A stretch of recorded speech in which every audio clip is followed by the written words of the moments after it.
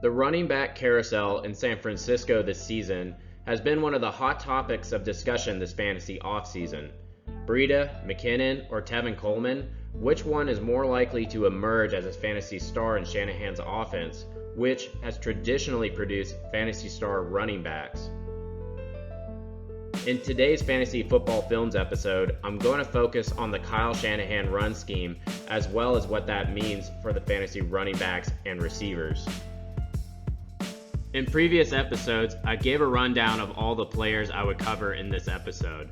I'll just list them here in the future for time's sake. My focus is to show my audience how I see the offense functioning and where the valuable players are going to be based on the NFL film. I'll talk more in depth about the players when I give the fantasy values.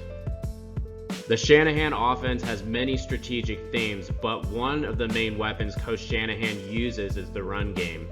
The entire goal of this part of the offensive scheme is to attack vacated space with the pass to prevent linebackers from stepping up into running lanes.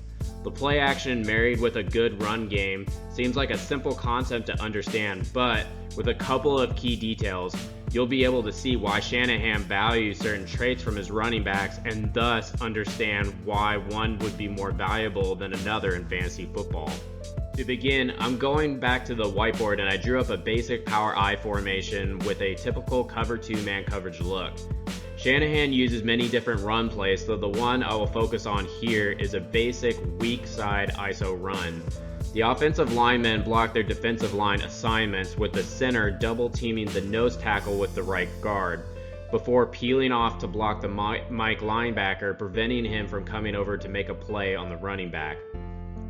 The reason this run is called an ISO is because the weak side linebacker is isolated for the fullback to come through the running lane and hopefully blow him up in the secondary. The responsibility of the weak side linebacker is to step up into the running lane and plug the hole. Even if the fullback is able to get a block in, the running lane will still be closed. However, if the linebacker sits back in his zone and hesitates, the fullback will open up the running lane by blocking the linebacker out of the play. This creates a dilemma within the defense. What if the linebacker does in fact step up to plug the running lane? Well, then he vacates the zone behind him, which can then be exploited by a skinny post, tight end crossing route, or even having the fullback run a wheel route, as the man responsible for coverage would theoretically be the linebacker who's trapped at the line of scrimmage.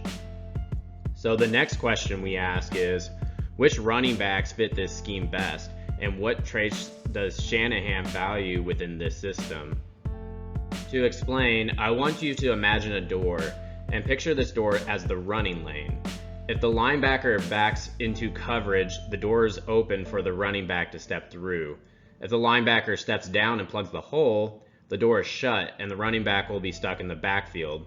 How fast the linebacker reacts, steps forward, or the defensive line closes the hole is how quickly the defense is able to slam the door shut.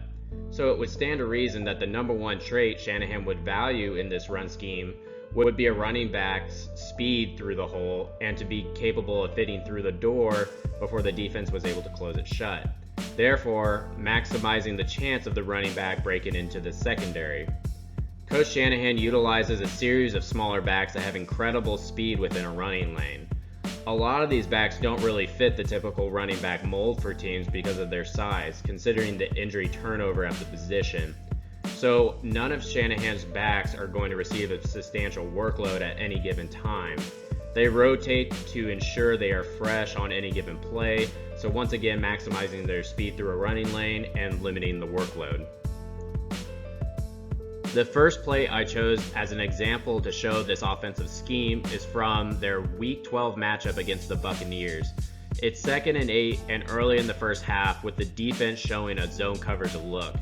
On this play, San Francisco is running a weak side ISO just like the whiteboard, targeting the will linebacker. As you will see, the linebacker reacts by stepping forward and plugging the gap. I'll stop it here just to show the end result. The running lane is clogged by the linebacker, and the running back, who is Breida on this play, is stuck in the backfield and is tackled for no gain. This play was simply to show that the linebacker plugging the line gap is essential to stopping this type of run. So what happens when he doesn't? For that, we go back to the Week 2 matchup against the Lions. It's midway through the second half, 1st and 10, and the defense is showing a zone coverage look. Garoppolo begins by motioning Kittle to the right side. No defender followed him over, indicating that the defense is in a cover 3 zone defense. Once again, the target defender on this play is the playside linebacker. I will point out that the 49ers are not running an ISO. Instead, the playside tackle will double team the defensive tackle with the guard and then peel off to block the inside linebacker. It's not the exact same play, but the philosophy is the same. So long as the linebacker isn't able to step forward in time, he can be blocked out of the running lane. Here, you can see the linebacker not stepping into the gap, allowing the tackle to get upfield and get a block on him.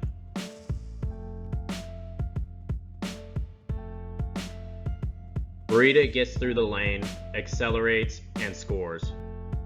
Not all these plays result in huge chunk plays, but so long as the lane remains open, the running back is able to pick up yards and consistently move the ball on the ground.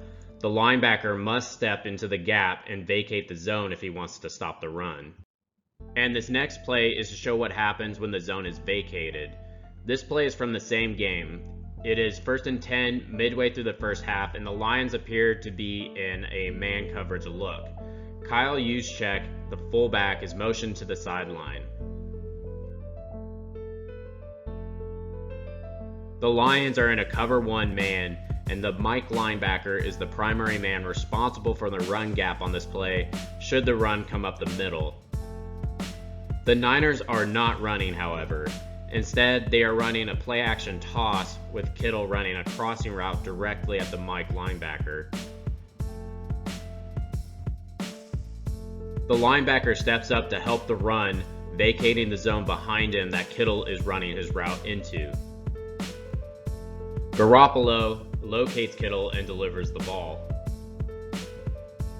Unfortunately, he wildly overthrows Kittle and the pass drops incomplete.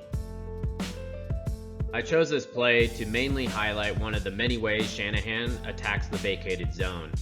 There are many different ways to do this and couple it with the run game, but the idea is the same. The thing I will point out here is that it requires a receiving target that is good in man-to-man matchups, as most of the time the receiver will be matched up in this kind of coverage. I also wanted to state a few of my thoughts about Garoppolo. It isn't fair of me just to use this play and make judgments about his accuracy as a quarterback. Watching his film last year though, which was a small sample size, I noticed that he really struggled with taking advantage of man-to-man matchups like many quarterbacks are able to do. However, he was good at defense recognition. I'm not going to make a full breakdown of him as a quarterback, that's just what I observed last year. The significance of this is if Jimmy G isn't able to take advantage of these receivers in this particular scheme, the linebackers are going to be able to cheat and clog the running lanes, thus stopping the ground game. The fantasy prototype offense for this 49ers scheme looks to use a balance of the run and play action plays to keep the linebackers from collapsing and plugging the running lanes. They will attempt to burn the defense when it vacates space by focusing the passing attack to the receiving options that get good 1v1 matchups. This requires receiving options that create mismatches in man coverage. This is why Kittle had such tremendous value last year and once again will be one of the most heavily utilized tight ends in 2019. This is also why I'm not super high on Dante Pettis. Pettis' skill set is much more suited for downfield routes to beat zone coverages such as deep digs or out routes. Shanahan features many levels concepts in his spread offensive scheme, and that is where Dante Pettis will do most of his damage. Pettis isn't elite at creating space at the line of scrimmage when getting pressed and having to run short, quick routes. If you look up Matt Harmon's reception perception regarding Pettis in college, which is essentially a scouting report on the receiver, he arrived at the same conclusion. In my opinion, this is one of the things that made Julio Jones so valuable in the Shanahan offense when Shanahan was in Atlanta. Having a reliable elite man coverage beating wide receiver was something that unlocked this type of scheme and made defending the run a nightmare.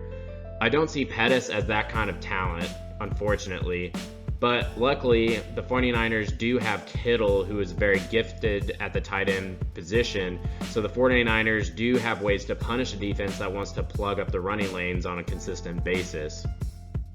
I'll go ahead and outline the running backs that are relevant for fantasy here, starting with Tevin Coleman. Coleman was signed in the offseason for a relatively small contract. He's the favorite running back amongst the fantasy community, likely because he enters camp as the one true healthy running back. So by process of elimination, he should be the initial running back starter. I will note that he has spent plenty of time with Kyle Shanahan when Shanahan was with the Atlanta Falcons. However, in a risk-free vacuum, meaning if we didn't factor in injuries at all, I feel that Coleman is the least skilled of the three running backs when you consider the traits of successful Shanahan running backs.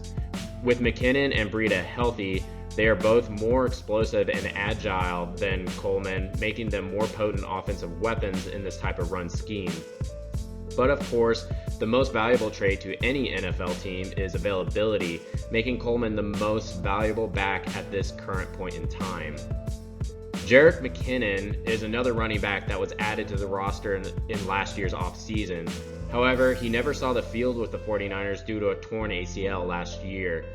He has had a year to recover and has just been pulled off the PUP list to resume practicing, to my understanding. My concern with McKinnon is that he's coming off an injury that is likely still going to slow his return to full speed capacity. Therefore, I don't realistically expect him to be capable of overtaking Breida and Coleman during the first half of the season.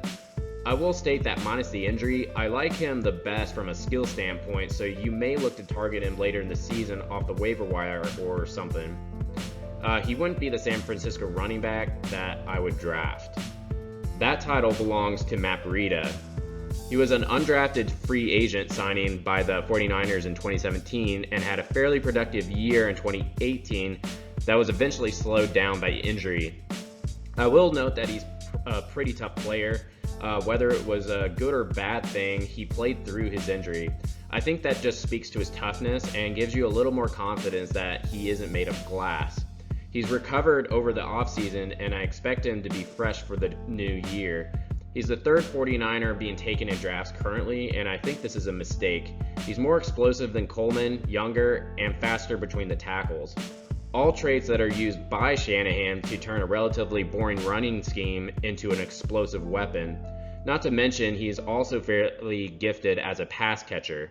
I expect him to be the most valuable running back for the 49ers, at least early on in the season. For the overall fantasy values, I like Matt Breida for the reasons I mentioned before. He's a decent bet to finish as an RB2 and is dirt cheap right now in most fantasy drafts. I just think that he has the best balance of speed and health to warrant one of the two running back slots in the 49er backfield. Coleman is what I consider the safe option, but I'm not excited about him. He's not as explosive as Breida and McKinnon, but he's reliable. That's the main reason I think he's going earlier than the other two, but I don't think he will return much more value than an RB3 or flex option. McKinnon's problem is he has to make up a lot of ground on the depth chart now that training camp has started. I think it's conceivable he could take over Breida or Coleman if he can get healthy, but I don't expect that to be the beginning of the year. I personally wouldn't draft him, but I'd keep an eye out as the season goes forward to see if the backfield seems to be shaking up and changing. While the focus of this video wasn't a breakdown of the receiving options, I'll include my thoughts on the primary ones. Pettis is a wide receiver 3 in my eyes. He could increase his value, and a lot of people are excited about him this year. I just think that in order to do that, you need to see a significant improvement with being able to create separation in tight man coverage. Considering that he's only a second-year receiver, isn't the best with delivering on those routes on play-action play, I just wouldn't bet on Pettis making an incredible leap. at least this year. Kittle is my third ranked tight end. Like a lot of analysts out there, I do believe you will see some regression statistically, but the usage will remain the same. He's just too valuable to the play action to not be involved. He's also skilled enough to create big mismatches in the secondary and deliver you consistent production. Depending on how you value your tight ends, I probably would draft him in the third round in a PPR format. Finally, Garoppolo is a quarterback I've touched on a little bit. I'm not going to give a full breakdown of him in the Shanahan offense, other than to say that there are many things he does well and a few things he does not. He has a good head on his shoulders, but he's not a quarterback I'm particularly excited to draft. I think there are better options out there with quarterbacks that will finish higher than him in the fantasy landscape.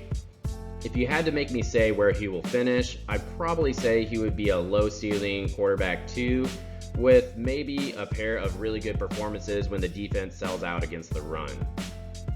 And that concludes another episode. Make sure to subscribe to the channel and hit that like button if you like our content. I'm on Twitter @RobFFFilms. My name is Robert Athey. Thanks for watching.